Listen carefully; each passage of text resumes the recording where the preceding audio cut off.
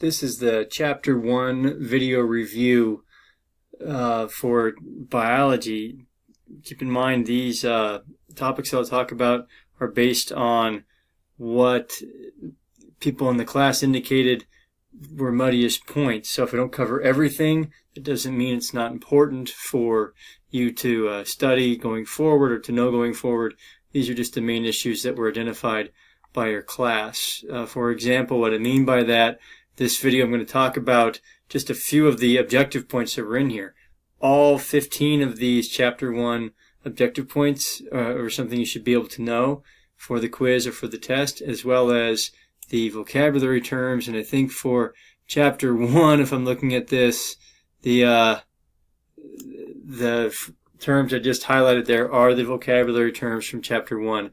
So you'd be expected to know all of those, even though I might not cover all of them in this video. Okay, the first question I had was related to the characteristics of life or the properties of life.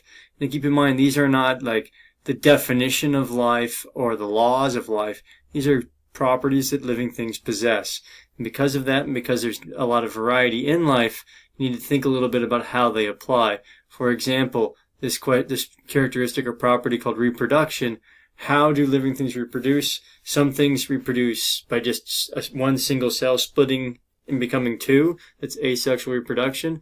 Other living things, like humans, it's sexual reproduction. You need a male and a female, so you need two different individual organisms to represent a living thing. But the idea that you have the ability to reproduce is a characteristic of life. And it might be a little more complicated in some individuals than others, but it's still there.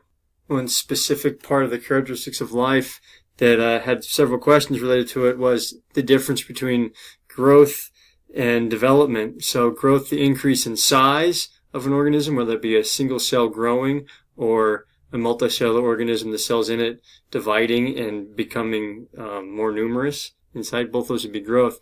Whereas development is more about maturity. And different ways to think about this. You can think of the metamorphosis that an amphibian like a frog goes through, and those changes that happen from tadpole to frog. An adult frog is more than just a large tadpole.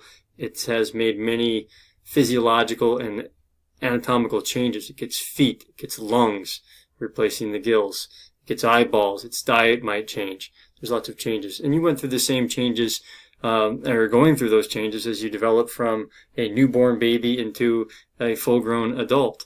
There's changes in the proportion of head size, in the musculature, all the familiar puberty changes that you're going through. Those are development, not growth. So the distinction is important. Two other characteristics of life that are sometimes intermingled or confused are homeostasis and metabolism. You can see them defined here, but some examples.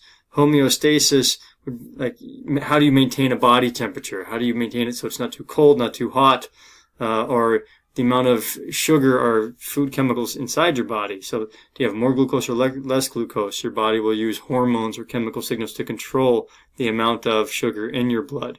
The amount of water that you have. Your kidneys are going to be very active in controlling the amount of water. If you drink too much water too fast, you're going to have to urinate. That's your kidneys maintaining the water levels.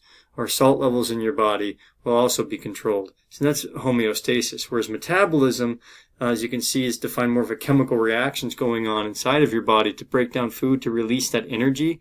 This is going to relate to chemicals like enzymes, which we'll discuss later in the course. But you might be more familiar with metabolism in the form of photosynthesis is a type of metabolism, harnessing that energy from the sun and turning it into chemical energy. Or the difference between aerobic and anaerobic exercise, that muscle activity and how your muscles get energy with breathing a lot, like think endurance running or playing soccer, versus anaerobic, that lifting weights and the types of energy demands that are placed on the body, different types of metabolism, different types of chemical reactions. They're not there to maintain stable conditions for life. They're there to give you the energy to conduct the activities of life. Moving on to the next section of the chapter, the process of biology or the study of biology. The questions here had to do with quantitative versus qualitative data. So quantitative data is data that's going to be numerical. They're measurements of length, of width, of height, of the amount of time. when you're putting a numerical quantity to the measurement, it's quantitative data. You can think of the mass of stuff that we had in an Oreo. Was it double, or did you say like a number of grams, 8.4? In either case, it's quantitative. There's a number inside there. That's different than qualitative data, which is describing the observation or the data that's recorded in non-numerical terms. So you can think of saying something is larger or smaller, or the color of an object, or the shape of an object. Those would all be qualitative descriptions. Both are equally valid. They're just different types of data, and to understand how they differ, and when you're analyzing data, which ones could you, how would you analyze them? How would you represent them in a graph and collect them? It's different. Okay, another question that was repeated was the difference between an independent variable and a dependent variable. One way that they can be looked at is the dependent variable is typically graphed on the y-axis, and the independent variable is on the x-axis, is one way if you're looking at data or looking at an experiment, how you could identify them if it's being represented.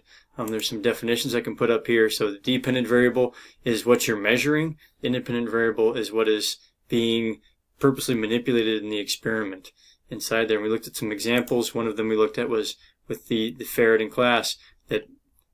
And when we looked at this example, the independent variable was the type of virus, whether that was a seasonal virus or the 2009 version of the virus.